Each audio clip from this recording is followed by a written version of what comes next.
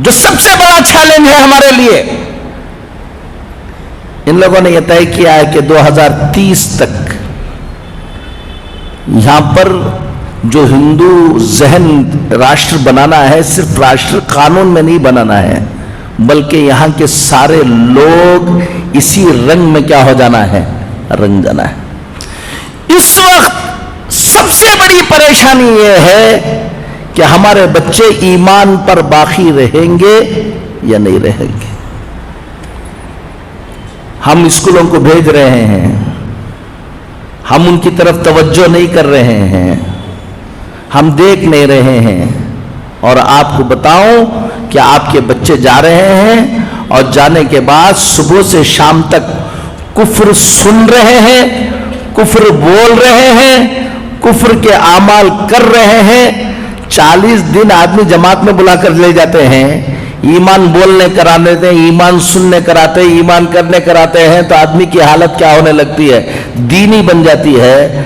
اگر LKG سے بچہ شروع کر کے 10th اسٹینڈرڈ تک مسلسل کفر سنے، کفر بولے، کفر دیکھے، کفر کرے، تمہارا بچہ ایمان میں باقی رہ جائے گا کہ لو۔ بنگلور میں میرا ایک اسکول ہے، میں نے 3 جنوری کو امبیڈکر ہال میں نے اپنا اینیول ڈے کیا۔ اس سے پہلے اس اینیول ڈے کی تیاری کے لیے ہال کو انسپیکشن کرنے کے لیے 2 دن گیا۔ اس سے پہلے 2 دن پہلے 2 تاریخ کو بھی ایک اسکول کا فنکشن ہو رہا تھا، اینیول ڈے ہو رہا تھا۔ 1 تاریخ کو بھی ایک اسکول کا اینیول ڈے ہو رہا تھا۔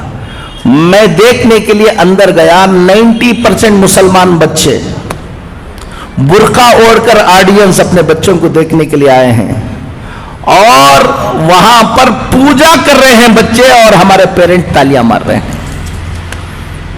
وہ اسکول والے کرا رہے ہیں، وہ اس کو بات چھوڑ دو، اسکول بھی مسلمانوں کی اسکول ہے، اسکول بھی کس کی ہے، مسلمانوں کی اسکول ہے۔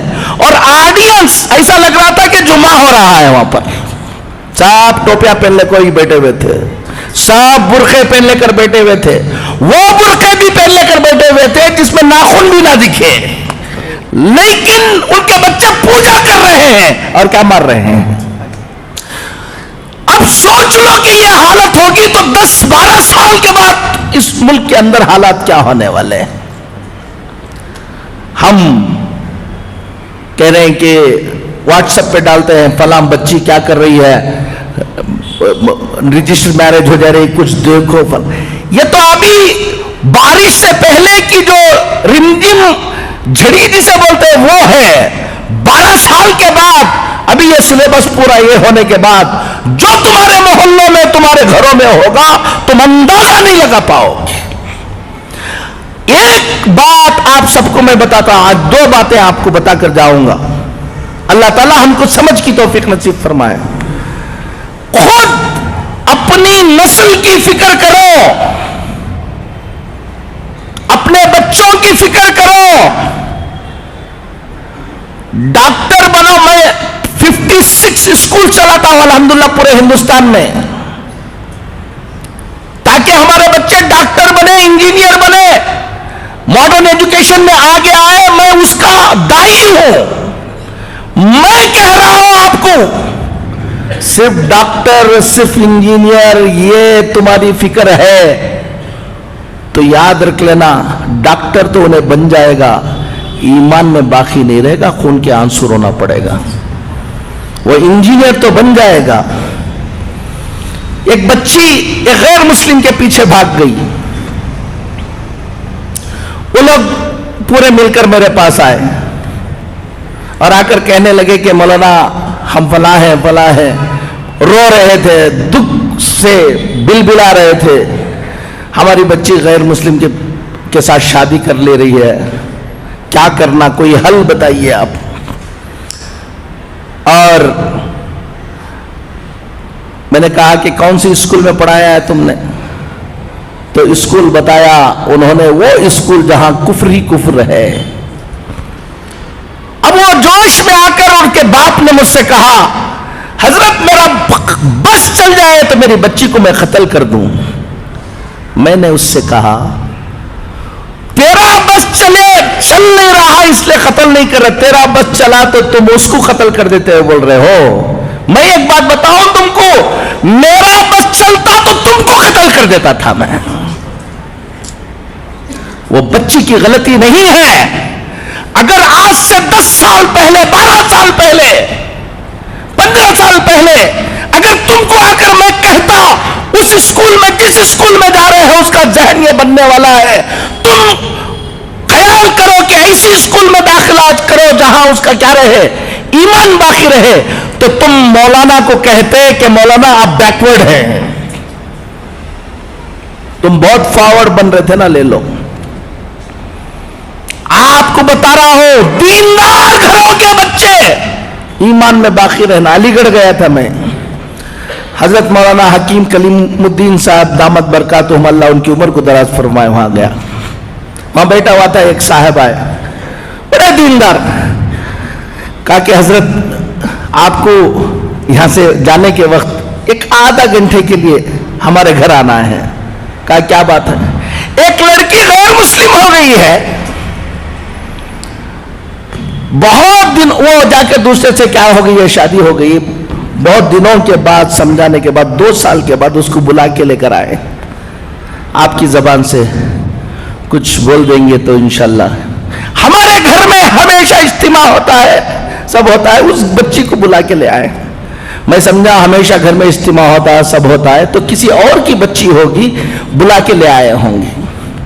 اب میں گیا، بچی سامنے بیٹھی ہوئی تھی اور بات کرنے کے لیے کہا، میں نے کہا کہ تم چھوڑ دو، میں بات کر لوں گا اس کو۔ اب اندر جانے کے بعد کہا کہ یہ کس کی بچی ہے؟ کہا کہ کسی اور کی بچی نہیں مولانا، یہ ہماری بچی ہے۔ ہر ہفتہ کیا ہوتا ہے؟ اجتماع ہوتا ہے، دیندار ہیں، سب کچھ ہے، ان کی بچی نہیں۔ میں نے کہا کہ بیٹا تم کہاں پڑھے؟ کہا گرکل میں پڑھے حضرت ہم۔ میں نے کہا کہ علی گڑھ میں تم کو اور کوئی اسکول نہیں ملی؟ گرکل میں پڑھایا۔ کتنے بچے تھے؟ پورا گرکل کفر سکھاتا ہے، اسی کام کے لیے بنایا گیا ہے۔ اب آپ اپنی بچی کو ڈاکٹر بنانے کا جذبہ، آپ بچی کو بھیج رہے ہیں، دیکھ نہیں رہے ہیں، اور اچھے مارکس آ رہے ہیں، یہ آ رہے ہیں، یہ سب دیکھ رہے ہیں۔ میں نے کہا کتنی اور مسلمان بچیاں تھیں وہاں پر؟ کہا کہ ہم لوگ ایک 6-7 بچیاں تھیں، کیا کیا پروگرام ہوتے تھے، کیا کیا، اب پورا بتایا۔ میں نے ان کو بلا کر بتایا، ہفتے میں 1 مرتبہ تم گھر میں بٹھا کر اس بچی کو اجتماع سنا رہے تھے، اور صبح کو اٹھے تو شام تک وہ کفر سنا رہے تھے۔ تمہارے کفر، اس کفر کا اثر ہوگا یا تمہاری تعلیم کا اثر ہوگا؟ ایک بات ذمہ داروں کو کہتا ہوں، اپنے اپنے علاقے کے اندر ٹیوشن سینٹر شروع کرو، بچے اسکولوں کو جائیں، ٹیوشن کو آئیں، اور ٹیوشن کو آ کر جو ٹیوشن پڑھانے کے وقت جو کتابوں کے اندر کفر لکھا ہوا ہے، ٹیوشن بھی پڑھائے اور کفر کو کلیریفائی بھی کرے ہمارے ٹیچرز۔ اس سے بچوں کے ایمان کی حفاظت ہوگی۔ دوسری، مکتب کے نظام کو کیا کرو؟ مضبوط کرو۔ پہلے واجب تھا تو اب فرض ہے۔ اگر کوئی گھمنڈ کر کے میرا بچہ میں فلان جگہ پڑھا لوں گا، فلان جگہ پڑھاؤں گا، مکتب کو نہیں بھیجے گا، 15-20 سال کے بعد خون کے آنسو رونے کے علاوہ کچھ نہیں رہ گیا، یاد رکھ لینا۔ ایک بات تو سب سے اہم اس وقت یہ ہے کہ اپنے بچوں کے ایمان کی حفاظت کی فکریں کرو، محنتیں کرو، ٹائم کم ہے، سوچیں گے نہیں۔ اپنے اپنے سب لوگ الحمدللہ، ابھی اثر یہ ہے کہ ایک طرف یہ فتنہ ہے لیکن مسلمانوں میں بھی بڑی بیداری ہے۔